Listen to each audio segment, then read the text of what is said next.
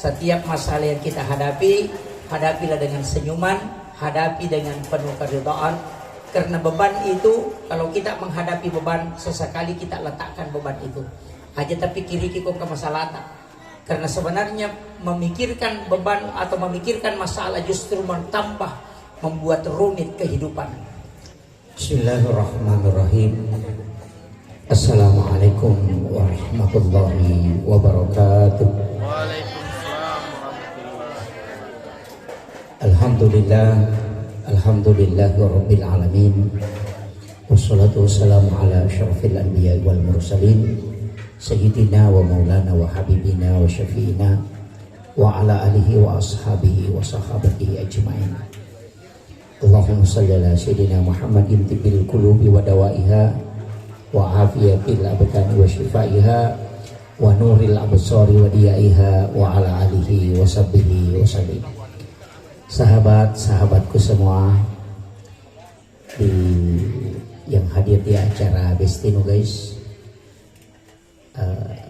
sahabat dari Nahdlatul Ulama dan terkhusus kepada seluruh pengunjung Warkop Indraloka. Jadi malam hari ini kita bersilaturahmi sambil mendengarkan musik-musik Islami sekaligus mendengarkan ta'lim singkat. Jadi saya mengucapkan terima kasih atas kesempatan yang telah diluangkan waktu sahabat-sahabat datang di acara kita pada malam hari ini. Alhamdulillah, saya tidak panjang lebar karena acara ini sampai jam 10 malam. Ini sudah menjelang jam 10. Kita sambil nyantai, saya ingin memberikan beberapa nasihat, terutama juga kepada diri saya sendiri. Kita sebagai manusia itu ada 3. Janganlah menjadi manusia yang memberikan beban kepada orang lain. Jadi kita ini ada yang seperti makanan, ada yang seperti obat. Jadi kalau manusia yang seperti makanan setiap waktu dibutuhkan dan bisa memberikan kesenangan. Kalau manusia yang bersifat seperti obat sewaktu-waktu dibutuhkan. Jadi tidak selamanya dibutuhkan. Tapi janganlah menjadi seperti penyakit yang tidak diinginkan kehadirannya. Dan saya sampaikan bahwa janganlah menjadi seorang yang seperti wasit pemain sepak bola yang berlari ke sana kemari hanya mencari kesalahan orang. Wasit sepak bola itu berlari mengelilingi lapangan hanya mencari kesalahan orang. Jadi jangan sampai hidup kita ini senantiasa berlari ke sana kemari hanya untuk mencari aib orang lain. Tetaplah melakukan kebaikan dimanapun kita berada, dan sesusah apapun, maka insya Allah jangan menunggu untuk dipuji oleh orang lain. Tapi bumi ini tidak akan pernah diam. Setiap kebaikan yang kita lakukan, alam dan bumi ini akan menjadi saksi untuk kita semua. Jika kita menunggu pujian orang lain, maka kita tidak akan pernah menemukan kesenangan. Tapi ketika orang melakukan kebaikan hanya mengharapkan rahmat Allah, maka insya Allah orang itu akan selalu tenang hidupnya. Kemudian wasiat saya yang ketiga kepada diri saya dan juga kepada sahabat-sahabat, yang paling penting dalam hidup kita ini adalah gunakan kesempatan yang saat ini kita jalani untuk selalu melakukan kebaikan. Bersedekahlah di saat miskin, karena tidak pernah orang miskin ketika dia bersedekah, ketika dia kaya tidak bisa mengalahkan sedekahnya di waktu miskin. Karena orang miskin ketika sedekah itu pasti banyak nilainya, bukan jumlahnya yang dihitung. Agama itu selalu melihat persennya. Makanya zakat itu 2,5%. Orang punya harta 1 miliar, itu zakatnya tetap 2,5%. Orang punya harta 100 miliar, tetap zakatnya 2,5%. Agama itu bicara persen, bukan melihat dalam jumlah total. Itulah sehingga ketika engkau miskin maka bersedekahlah. Ketika orang miskin bersedekah 5.000 karena punya uang 10.000, berarti 50% hartanya disedekahkan. Orang kaya yang punya uang 1 miliar, kalau mau sedekah 50% harus bersedekah 5 miliar. Dan itu mustahil. Maka orang miskin itu lebih mudah untuk bersedekah, dan insya Allah itu yang lebih berkah dalam hidupnya. Makanya saya wasiatkan, di saat kita miskin, di saat kita terpuruk, maka usahakanlah bersedekah. Karena di saat itu nilai sedekah yang sangat besar. Karena ketika kaya itu berat. Orang yang miskin punya uang 5.000, kalau dia sedekahkan 5.000 uangnya, berarti 100% hartanya disedekahkan. Dan itu mustahil dilakukan oleh orang kaya yang punya uang 10 miliar bisa mensedekahkan hartanya 10 miliar. Makanya orang kaya yang punya uang di bank mungkin 100 juta, kalau mau mengikuti orang miskin sedekah 50%, berarti dia harus keluarkan 50 juta untuk dia sedekahkan. Dan itu sangat berat. Tapi bagi orang miskin 5.000 rupiah itu sangat ringan, padahal nilainya besar di hadapan Allah Subhanahu wa ta'ala. Kenapa di saat-saat kita susah justru kita harus melakukan ibadah yang terbaik, karena besar nilainya di hadapan Allah Subhanahu wa ta'ala. Kita hadir dipertemukan pada malam hari ini sambil bersantai, kita ngopi sambil membicarakan perkara Islam. Ini wasiat-wasiat yang saya ingin sampaikan tidak banyak, tapi saya hanya mewasiatkan bahwa dalam kehidupan kita semua orang punya jatah gagal. Jadi tidak ada orang yang selama hidupnya sukses terus, pasti punya jatah gagal. Maka saya mengatakan, anak-anak muda, selesaikan jatah gagalmu sebelum engkau menjadi orang yang berhasil di hari esok. Kenapa? Karena ketika muda menyelesaikan jatah gagal, nanti di hari tua engkau akan sukses selamanya. Itu kunci sebenarnya. Makanya teruslah berbuat, karena orang yang dikenang itu mereka yang berbuat, bukan mereka yang ngomong. Karena bicara itu sebenarnya tidak banyak hasilnya. Mestinya kita banyak melakukan kebaikan. Dan orang yang banyak melakukan kebaikan itu disebut jasa. Dan jasa itulah yang tidak pernah diambil alih oleh orang lain. Jika kita melakukan kebaikan, tidak akan pernah pindah kebaikan yang kita lakukan itu untuk diakui oleh orang lain. Maka teruslah melakukan kebaikan supaya kita banyak jasa, karena orang yang banyak jasa akan mendapatkan keselamatan bukan hanya di dunia, tapi juga di akhirat. Karena dalam hidup ini kita hanya hidup sekali, tapi memaksimalkan hidup itu untuk melakukan kebaikan, maka itu sangat bernilai. Jadi kita jangan mengatakan saya tidak punya. Semua orang bisa melakukan kebaikan dimanapun dia berada dan apapun posisinya. Ketika kita menunggu untuk menjadi orang yang terbaik kemudian baru mau melakukan kebaikan, itu tidak bisa. Kemudian saya juga wasiatkan, setiap kegiatan yang kita lakukan harus disandarkan sebagai ibadah kepada Allah Subhanahu wa ta'ala.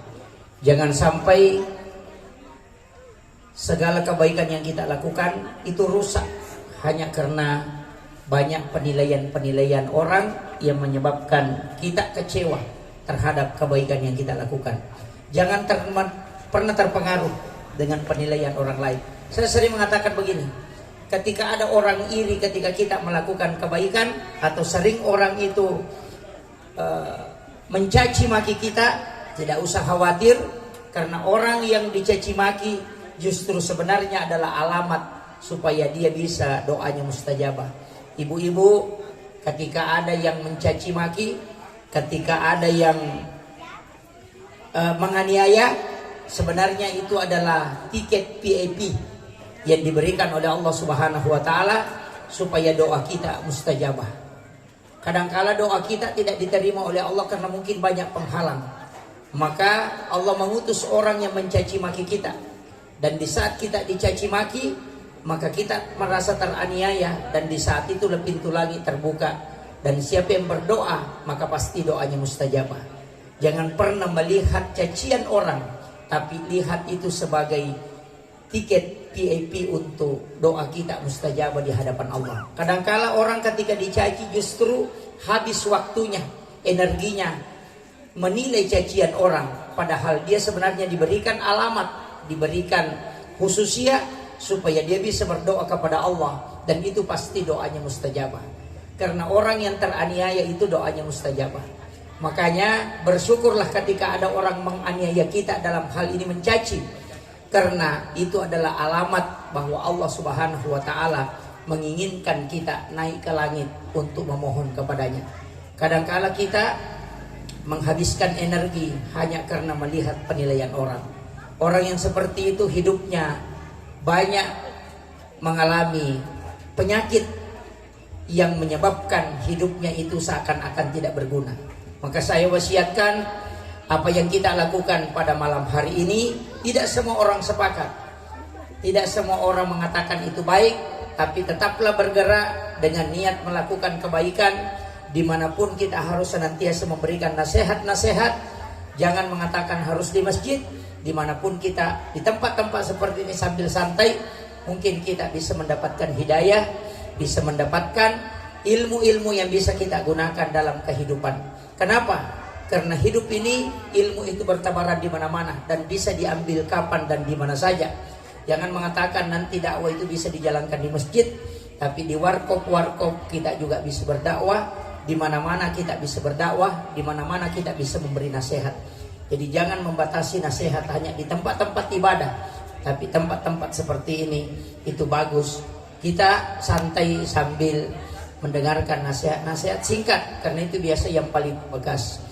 Sahabat sekalian, kemudian wasiat saya yang keempat, ini mungkin yang tidak kalah pentingnya, bahwa dalam hidup kita tidak selamanya kita mengalami kehidupan yang indah.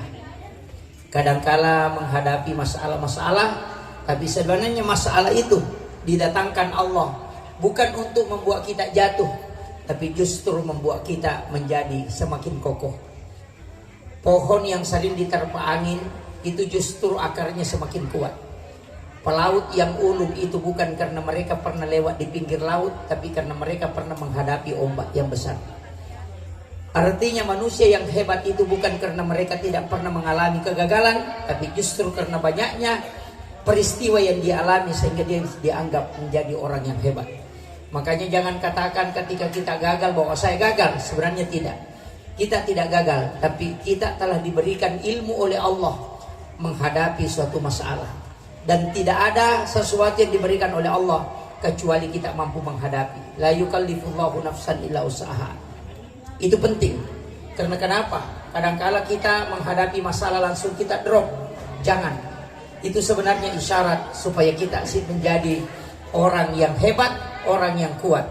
Makanya saya mengatakan tadi, pelaut yang ulung bukan karena menghadapi ombak kecil, tapi karena mereka pernah dibanting oleh ombak yang besar. Maka orang yang hebat adalah orang yang jatuh bangun, tapi mereka tetap berdiri kokoh dengan mengatakan bahwa saya bisa.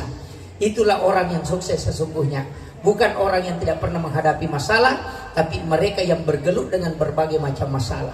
Dan ingat, Allah tidak melihat nilai, tapi dia melihat proses. Makanya orang barat mengatakan the process is a good in product. Bahwa proses itu lebih bagus daripada produk. Artinya, berproseslah dalam hidup ini karena bukan dilihat hasilnya.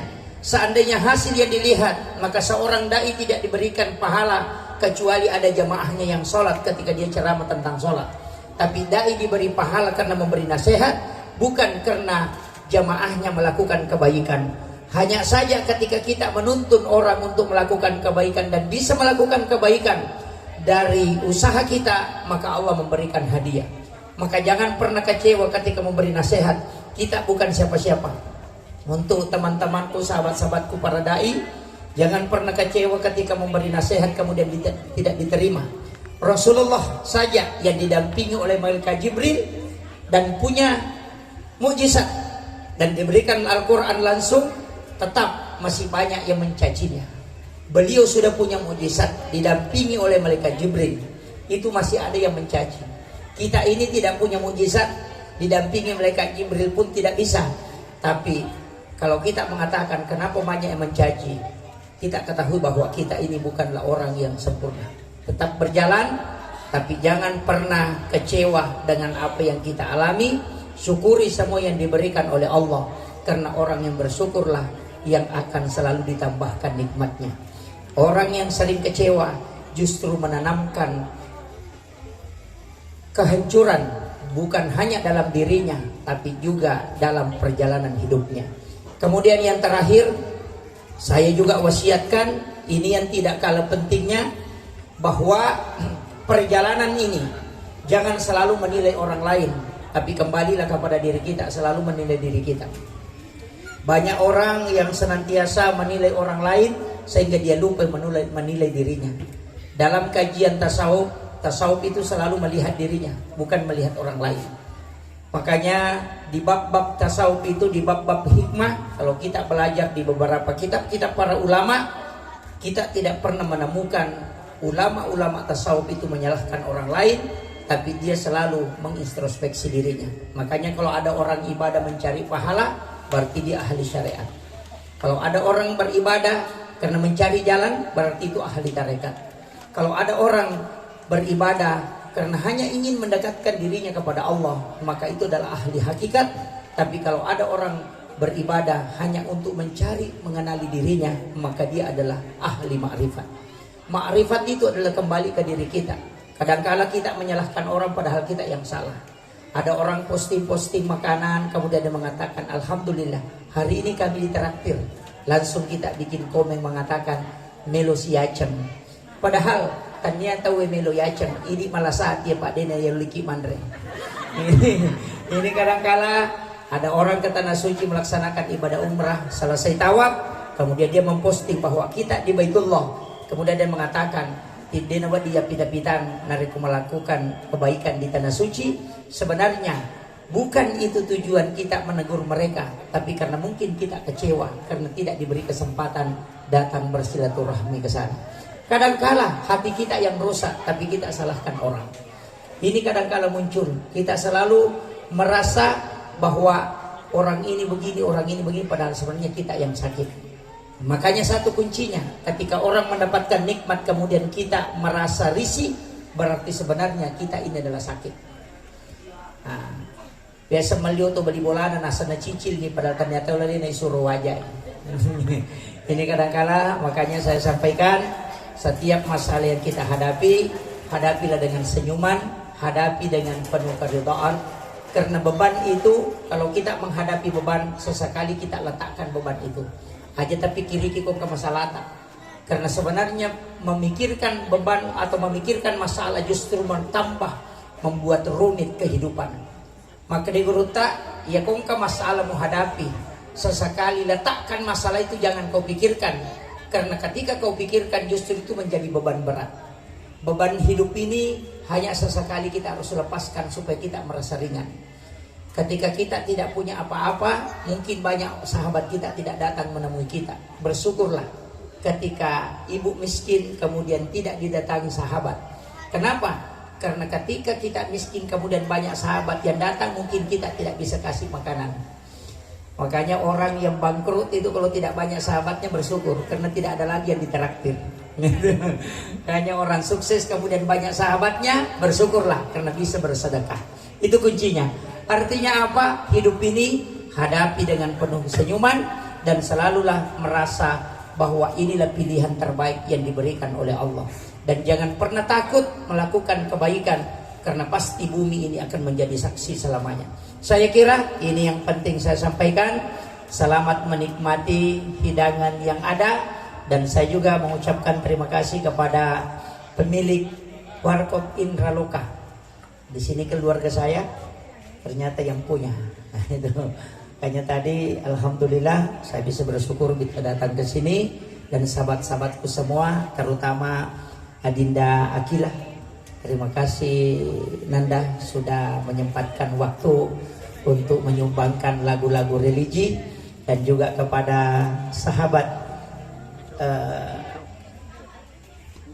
Ucok sudah membersamai kami sudah 7 bulan kami bergerak, dan insya Allah bulan depan kita akan lanjut. Nanti Kakanda Aspin yang menentukan lokasinya.